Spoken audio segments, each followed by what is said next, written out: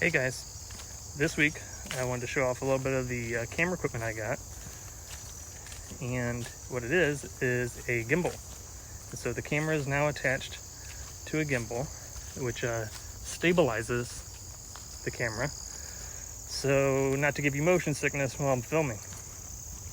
So if I'm walking along, hit a speed bump or a pothole, it should hopefully not jerk the camera around as much. So even if I start running, it should be pretty steady. Whew. Alright, enough of that. But also, it's got a couple other little neat tricks. It actually tracks my movements.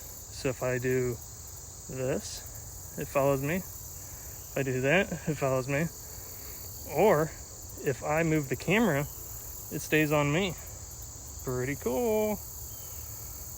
So with that, I might be able to get some kind of cool shots of butterflies and things on a flower, kind of go all the way around them. So that could be cool. So aside from that, let's go look at one of my favorite native flowers. It's a native annual called orange jewelweed or spotted jewelweed.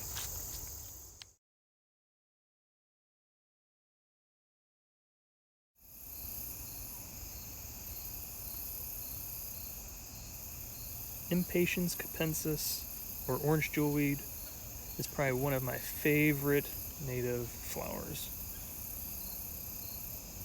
Many people may think of orchids when they think about their most favorite beautiful flower, but these are very underrated in my opinion.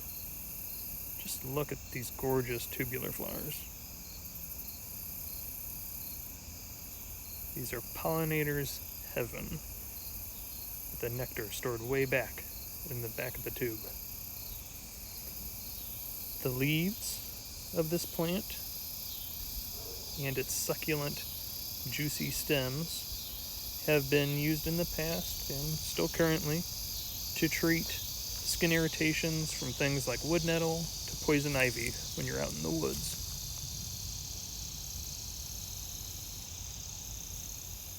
And like I said, this is a native annual, so it reseeds every year and then dies. And the seeds will germinate in just about any sunny to shady wet spot. And you can see here, there's not a lot of root mass to them. And so how do these seeds move about, you may ask? Do something, eat it, and then spread it out later? Or does it have some other method, such as like when I touch it?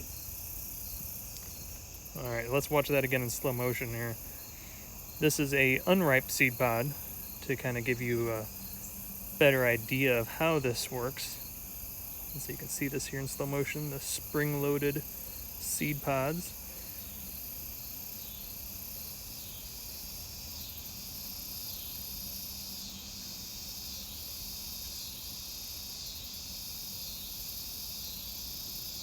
Look at that. One more time on an unripe one so you can kind of see that spring-loaded action go. Man, who wouldn't want these in their yard? These are incredibly satisfying to pop. Alright, here's a good one now. Look at that.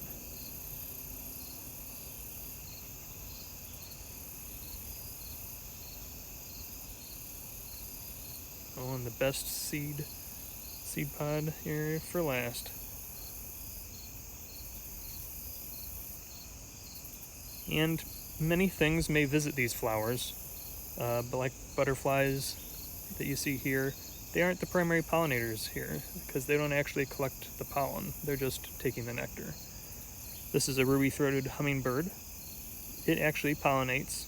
It can reach far back into the back of the tube, and as its head enters the tube, it gets hit by the pollen on the top of the flower. And then it carries it to the next, and to the next, and just spreads the pollen around to each and every plant. But one of the best pollinators of this is Bombus impatiens. the aptly named Bombus impatiens, and that is the common eastern bumblebee.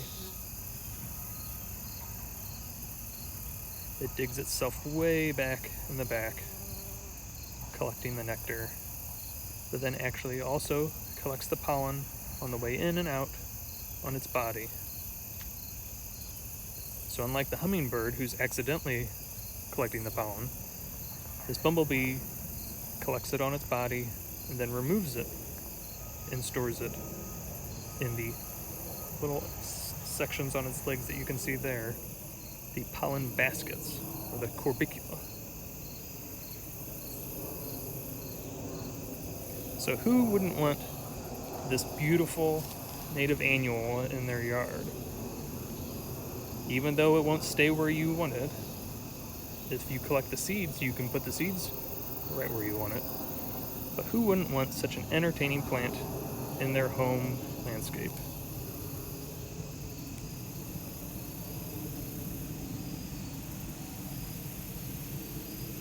It's one of my favorite native plants, and a very entertaining one at that.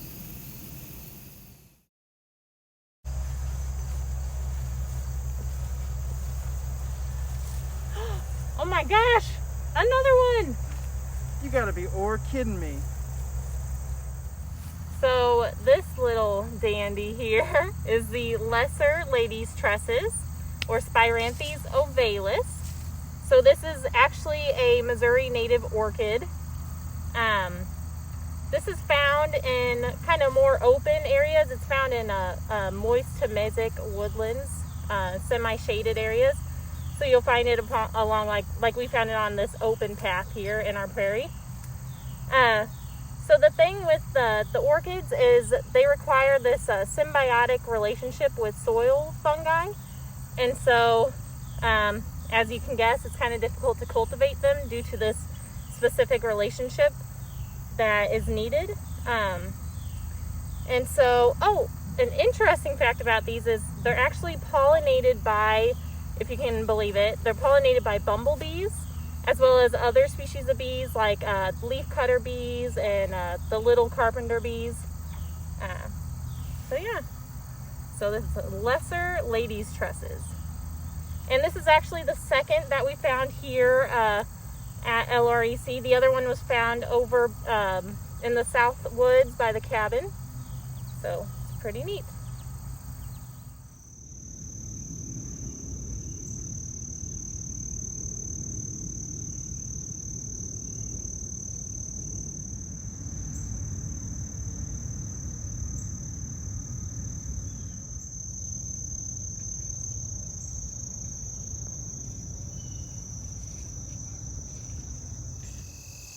Wow, can you guys believe it?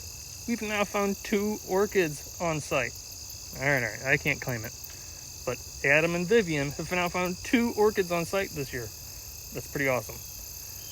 And so now we're gonna go hear from Leslie, because she's gonna read you guys a storybook. Yeah, I know. She's not actually reading it for you guys, but she is reading it for students at school. So, if you guys are interested in doing something similar, if you feel confident with using some camera equipment at home and reading books on camera, email Leslie and tell her you're interested. And so that's all for us from this week, and we will see you guys next Friday.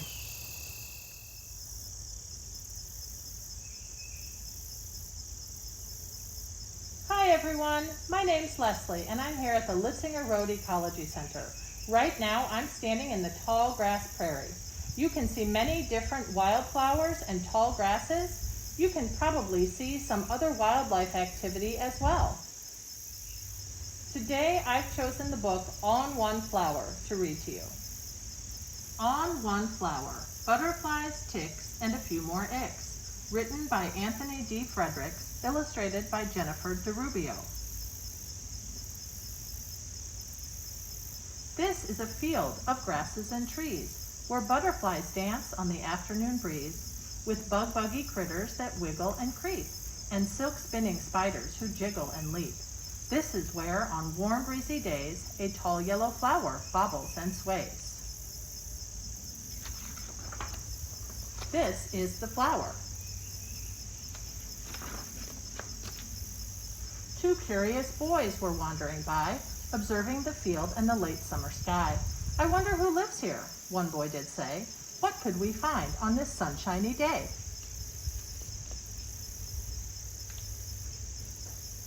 The boys saw some creatures, some active, some not, all living close on this flowery spot.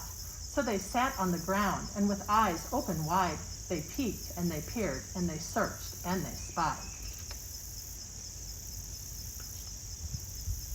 This is the stink bug, an animal gross, a smelly critter if you get too close. Upon the tall flower, on a day warm and bright, clings a cluster of neighbors, a startling sight.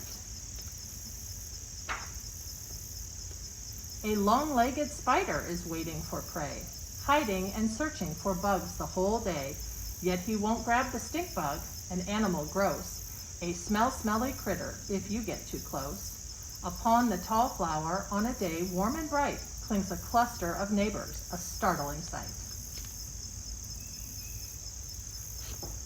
An orange butterfly, with wings edged in black, glides to the flower and looks for a snack.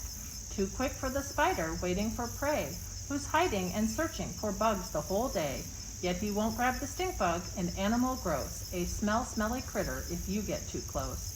All on a tall flower, on a day warm and bright, clings a cluster of neighbors, a startling sight.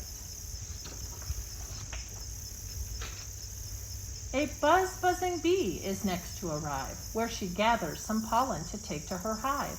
And then comes a butterfly with wings edged in black, who glides to the flower and looks for a snack.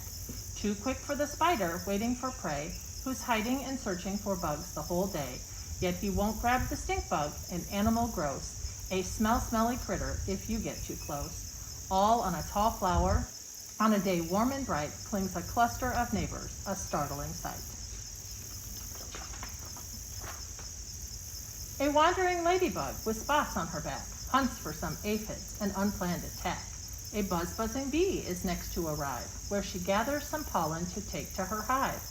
And then comes a butterfly with wings edged in black, who glides to the flower and looks for a snack.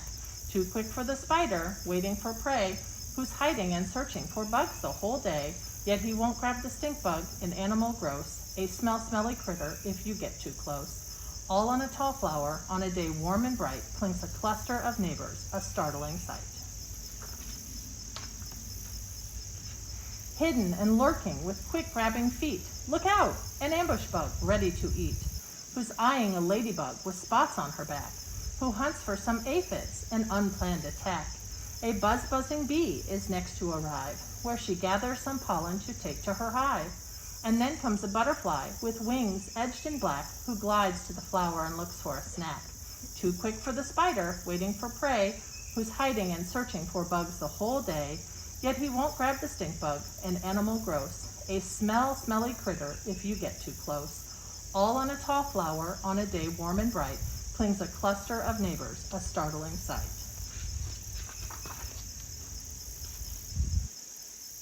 An eight-legged tick with a sensitive feel waits on the stalk for a blood-sucking meal, away from the bug with quick-grabbing feet, who lurks in the flower for something to eat, who's eyeing a ladybug with spots on her back, who hunts for some aphids, an unplanned attack.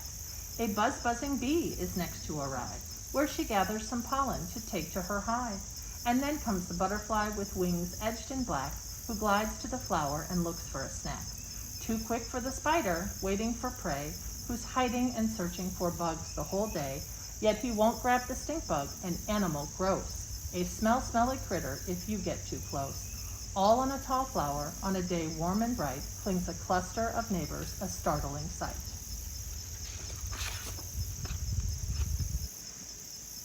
A medley of creatures inhabits this space, a most active flower, a hip-hopping place. Leaves, petals, and stems, it's where animals thrive, and each does its best to compete and survive. The end. I sure hope you enjoyed the book. And did anyone notice? Doesn't this look like our flower? Isn't that crazy? Thanks for joining me. Bye.